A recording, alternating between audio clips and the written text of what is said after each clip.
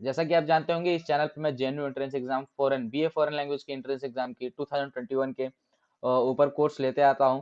और इसके पहले मैंने कई वीडियोस डाल दी हैं। कई लोग पूछ रहे हैं, इसी चैनल पे सब वीडियोस अवेलेबल हैं। जवाहरलाल नेहरू एंट्रेंस एग्जाम के प्लेलिस्ट में सभी वीडियोस अवेलेबल हैं। कई लोग पूछ रहे हैं कहाँ पर है। दूसरी बात, मैंने कई वीडियोस डाल दी है जापान और फ्रांस फॉरेन ट्रेवलर्स के ऊपर। कई वीडियोस मैंने पीछे डाल दी है, वो आप आज तक अभी आपने नहीं देखा है तो मैं आई बटन में चैनल का लिंक डाल दूंगा, प्लेलिस्ट का लिंक डाल दूंगा, आप आई बटन में जाके क्लिक कर लीजिएगा। और उसके बाद की बात यह है कि कमेंट में कुछ लोग कह रहे हैं कि इंग्लिश का जो कोर्स है उसको कंप्लीट कराए। तो इंग्लिश में ज़्यादा से आप मेजरली, आपको मैंने जब सिलेबस बताया था तभी बताया था कि सिलेबस में क्या क्या पूछता है, idem phrase, antonym, synonyms, words के मीनिंग्स। सो जो इम्पोर्टेंट्स वर्ड्स हैं पेपर पेपर के बेस पे वो तो मैं लेके आऊंगा ही, उसकी सीरीज आएगी ही। लेकिन जो आप उसी तरह भी कि कोई ऐसा ऐप डाउनलोड कर ले जो रोज एक वर्ड आपको प्रोवाइड करे, और या तो फिर आप डिक्शनरी में से पढ़ लें, कहीं से भी, अगर जहां से आपको मन करे जहां से आप पढ़ना चाहिए। रोज अगर आप 5 वर्ड के इंटोनिम, सिनोनिम्स, आइडम फ्रेज 5 याद करते हैं तो आपके लिए बहुत अच्छा होगा। यही सब पूछता है। और इंग्लिश में आप लोग जानते होंगे बहुत ज्यादा आइडम फ्रेज भी हैं, बहुत ज्यादा वर्ड्स भी हैं। इंग्लिश में वर्ड की कोई सीमा नहीं है। सो सभी वर्ड्स कवर अप नहीं हो सकते हैं। सो ये बढ़िया रहेगा कि आप भी पढ़ें। उसके बाद जो मेरी सीरीज आएगी उसमें आप पढ़ लीजिएगा, पूरा क्लियर हो जाएगा। उसके पे ऊपर भी सीरीज में लेके आऊंगा। वो जैसे कि क्वेश्चन पेपर जो है उसमें से मिले कुछ, उसके बाद वर्ड्स जो हैं इम्पोर्टेंट वो छाट रहे हैं। सो इंग्लिश के ऊपर भी वीडियोस आ जाएंगी। पहले मैंने मेजॉरिटी जिस के ऊपर ज़्यादा क्वेश्चंस आते हैं उसके ऊपर मैंने फॉरेन कंट्रीज के ऊपर पूरा कंप्लीट करा दूं, उसके बाद इंग्लिश की सीरीज आएगी। उसके बाद है कई कंट्रीज की कंप्लीट करा दिया। आज जो इस वीडियो में टॉपिक है वो है यूनाइटेड नेशन, यूएन। यह एक ऑर्गेनाइजेशन है जो वर्ल्ड वार सेकेंड के बाद मतलब इसकी स्थापित किया गया था वर्ल्ड वार सेकेंड के बाद।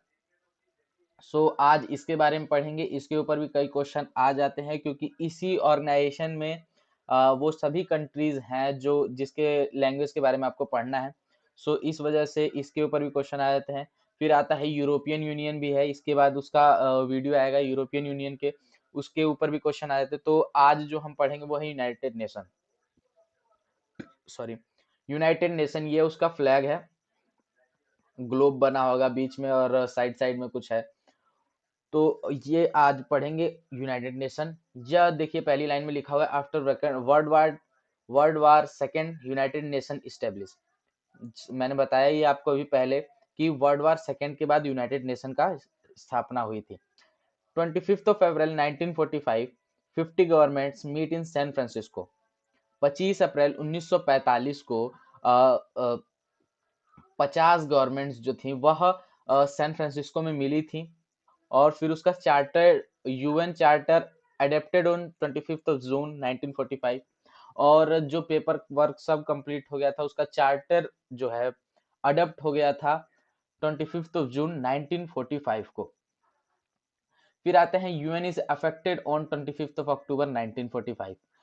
यूएन जो है वह अफेक्ट पूरे वर्ल्ड पे अफेक्ट कब करने लगा, 25 अक्टूबर 1945। पूरे वर्ल्ड पे नहीं, जब जो जो कंट्रीज उसके अंदर इन्वॉल्व हैं।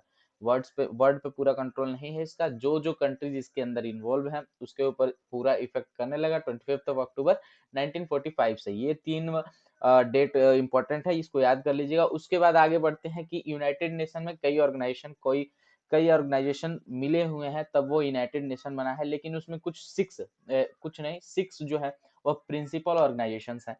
उसके बारे में मैं उसका नाम और हेडक्वार्टर सबसे ज्यादा जरूरी, हेडक्वार्टर के ऊपर कहाँ है उसका हेडक्वार्टर, ये ज्यादा पूछा जाता है। सो उसको याद कर लीजिएगा। 6 प्रिंसिपल ऑर्गेनाइजेशन कौन कौन सी है। जनरल असेंबली, इसका हेडक्वार्टर जो है वो न्यूयॉर्क में है। सिक्योरिटी काउंसिल, इसका हेडक्वार्टर न्यूयॉर्क में है। जैसे कि आपको सब नाम से ही पता चल रहा होगा कि इस ऑर्गेनाइजेशन का क्या काम है। इकोनॉमिकल एंड सोशल काउंसिल, इसका हेडक्वार्टर न्यूयॉर्क में है। ट्रस्टशिप काउंसिल, इसका भी हेडक्वार्टर न्यूयॉर्क में है। इंटरनेशनल कोर्ट ऑफ जस्टिस, केवल इसका जो हेडक्वार्टर है वो है द हाईक्यू में। और यह नीदरलैंड में पड़ता है। द क्यू जो पढ़ा जाए इसको, इसका ये नीदरलैंड में पड़ता है और इसका केवल हेडक्वार्टर किसका, इंटरनेशनल कोर्ट ऑफ जस्टिस का हेडक्वार्टर द क्यू में है। फिर आते हैं यूएन सेक्रेटरीट, इसका हेडक्वार्टर न्यूयॉर्क में है। सो 6 प्रिंसिपल ऑर्गेनाइजेशन है जिसमें से 5 जो है जिसके हेडक्वार्टर न्यूयॉर्क में ही है। केवल इंटरनेशनल कोर्ट ऑफ जस्टिस का हेडक्वार्टर जो है द क्यू में है, जो नीदरलैंड में पड़ता है। जो यूएन का रीजनल ऑफिस है मेजरली कहाँ का है, जिनेवा में है, वीना में है और नैरोबी में है। ठीक है, ये भी कभी कभी पूछ लेता है इसलिए मैंने इसको लिख दिया है। फिर आते हैं कुछ, यह जो है यह है उसकी एम्बलम मतलब उसका चिन्ह है यूनाइटेड नेशन का। ठीक है, यूनाइटेड नेशन। उसके बाद आते हैं the UN office at Geneva. मैंने आपको बताया कि अभी 3 जगह मेजरली इसके जो है रीजनल ऑफिस हैं। उसमें से जो जिनेवा में जो ऑफिस है स्विट्जरलैंड में, जिनेवा स्विट्जरलैंड में है, वह सेकंड बिगेस्ट यूएन सेंटर है। मतलब यूएन का फर्स्ट बिगेस्ट सेंटर कहाँ पे होगा, जनरल असेंबली। ये देखिए, ये जो फोटो है, ये जो इमेज मैंने यहाँ पे लगाई है, ये है जनरल असेंबली जो न्यूयॉर्क में है। ये फर्स्ट बिगेस्ट क्योंकि यहीं पे इसकी पूरी असेंबली होती है, सब ये है। उसके बाद है सेकंड बिगेस्ट यूएन सेंटर जो है वो है जिनेवा में। ठीक है ना, आफ्टर, देखिए मैंने अभी बताया हेडक्वार्टर इन न्यूयॉर्क सिटी। फिर आते हैं जो यूनाइटेड नेशन के अंदर जो ऑफिशियल लैंग्वेज है, जो जैसे कि ऑफिशियल लैंग्वेज मतलब ये होता है कि उसके जो पेपर वर्क होते हैं किस किस लैंग्वेज में होते हैं। तो उसमें यूनाइटेड नेशन में अब तक जो है 6 ऑफिशियल लैंग्वेज हैं। वो कौन कौन से हैं ये भी याद कर लीजिएगा, इसे इसके ऊपर भी क्वेश्चन कभी कभी पूछ लेता है। यह है Arabic, English, Russian, Chinese, French और स्पेनिश। देखिए इसलिए यह बहुत ही इंपॉर्टेंट हो जाता है क्योंकि आपको इन 6 लैंग्वेजों में से सभी लैंग्वेज आपको पढ़नी है। ठीक है, सो अब आगे बढ़ते हैं। 6 लैंग्वेज हो गया, कौन कौन सी है, Arabic, English, Russian, Chinese, French और स्पेनिश। फिर अगला पॉइंट है, at that time there are 193 country in United Nation and 2 observer state. जैसे कि आप जानते होंगे कि इस समय जो है यूनाइटेड नेशन में 193 कंट्रीज इन्वॉल्व है, मतलब 193 इसके कंट्रीज जो है इसके अंदर है, इस ऑर्गेनाइजेशन के साथ जुड़ी हुई हैं। और 2 ऑब्जर्वर स्टेट्स हैं, मतलब 2 स्टेट जुड़े हुए हैं। मैं नाम लिखा है क्या, हाँ लिखा है, 2 ऑब्जर्वर स्टेट्स इसको जुड़े हुए हैं जो अभी परमानेंट मेंबर नहीं हुए हैं। ठीक है ना, वो कौन कौन से हैं, नाम लिखा है मैंने, ये है हॉलसी और स्टेट ऑफ पैलेस्टीन जो है। 2 नॉन मेंबर स्टेट कौन कौन से, हॉलसी और स्टेट ऑफ पैलेस्टीन। फिर आते हैं हम सिक्योरिटी काउंसिल। सिक्योरिटी काउंसिल अभी आपने मैंने बताया कि इसका हेडक्वार्टर कहाँ पे है, न्यूयॉर्क में। सो उसमें जो है पूरे जो है 15 मेंबर्स हैं सिक्योरिटी काउंसिल में, जिसमें से 5 जो है परमानेंट मेंबर हैं और 10 जो हैं वह परमानेंट नहीं है। तो 5 permanent member in security council कौन कौन से हैं वो भी इसका भी नाम याद रख लीजिए।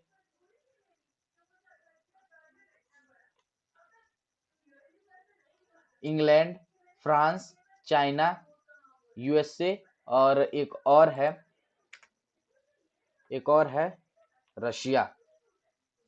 उसको मैं लिखना भूल गया हूँ शायद, तो लिख दे रहा हूँ मैं आपके सामने और आप भी लिख लीजिएगा नोट ये तो। और हाँ, कई लोग पूछ रहे हैं कि टेलीग्राम ग्रुप का लिंक जो है डिस्क्रिप्शन में है, और उसमें वहाँ पे जाके आप ज्वाइन कर लीजिए टेलीग्राम ग्रुप को, और वहाँ पे पीडीएफ प्रोवाइड होता है। ये जो मैं जिस पीडीएफ से पढ़ा रहा हूँ और वो पीडीएफ मैं टेलीग्राम ग्रुप में ही प्रोवाइड करता हूँ। नेक्स्ट, ये 5 हो गई परमानेंट मेंबर जो है सिक्योरिटी काउंसिल में 15 मेंबर्स हैं, जिसमें से 5 परमानेंट मेंबर हैं, England, France, China, USA and Russia. फिर आते हैं कुछ, जैसे कि जैसे ऐसे कुछ ऑर्गेनाइजेशन है जिसके ऊपर कई बार क्वेश्चन आया है जेएनयू के एंट्रेंस एग्जाम में, कि कब यह एस्टेब्लिश हुआ, कब कौन से सन में हुआ। सो इसमें मैं बता दे रहा हूँ, 2 तो ये पूछा हुआ है, इंटरनेशनल लेबर ऑर्गेनाइजेशन एक बार पूछा हुआ है और इंटरनेशनल टेलीकम्युनिकेशन भी एक बार पूछा हुआ है, इसलिए मैंने इसमें लिख दिया है। इंटरनेशनल लेबर ऑर्गेनाइजेशन 1919 में स्टेब्लिश हुआ और इंटरनेशनल टेलीकम्युनिकेशन 1865 में। और एक और चीज बहुत बार पूछा हुआ है, जो है वो पूछा हुआ है यूनेस्को का फुल फॉर्म क्या है और उसका हेडक्वार्टर कहाँ पे है। यूनेस्को ये भी यूनाइटेड नेशन का ही ऑर्गेनाइजेशन है, तो इसका फुल फॉर्म देख लीजिएगा, United National United National Education and Scientific Cooperation Organization, जिसका हेडक्वार्टर जो है वो पेरिस में है। ठीक है, ये है कुछ इंपॉर्टेंट जो मतलब यूनिक एंट्रेंस एग्जाम के पेपर में कई बार आ चुके हैं, मतलब आ चुके हैं इसलिए। फिर आते हैं कुछ इंपॉर्टेंट पार्टनर्स हैं जो यूनाइटेड नेशन के, वो कौन कौन से? वर्ल्ड बैंक, वर्ल्ड बैंक आप जानते हैं क्या काम करता होगा, वर्ल्ड बैंक है। फिर यूएनडीपी, यूएनडीपी की फुल फॉर्म लिख लीजिए, मैं लिखा नहीं हूँ इसमें। यूएनडीपी का फुल फॉर्म हो गया है यूनाइटेड नेशनल डेवलपमेंट प्रोग्राम। ठीक है, यूनाइटेड नेशंस डेवलपमेंट प्रोग्राम, यह जो है नेशंस के डेवलपमेंट के लिए जो काम करता है। फिर आते हैं यूनिसेफ। यूनिसेफ के बारे में इस समय जो है वो ज़्यादा आपने सुना होगा, तो इसका जो फुल फॉर्म होगा वो आप कमेंट बॉक्स में बताइएगा यूनिसेफ के फुल फॉर्म के बारे में। ये आप बहुत पहले से भी सुनते आ रहे हैं यूनिसेफ का फुल फॉर्म, तो आप कमेंट बॉक्स में करके बताइएगा हमको कि यूनिसेफ का फुल फॉर्म क्या होता है। फिर है यूनिसेफ के बाद है डब्ल्यूटीओ। डब्ल्यूटीओ जो है वर्ल्ड ट्रेड ऑर्गेनाइजेशन है, ये जो इस्टेब्लिश इसका हुआ था, इस्टेब्लिशमेंट हुआ था 1995 में हुआ था।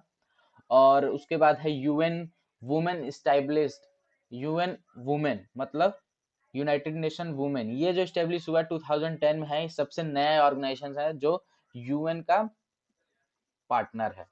ठीक है, ये कुछ ऑर्गेनाइजेशंस हैं जो यूएन के पार्टनर्स हैं।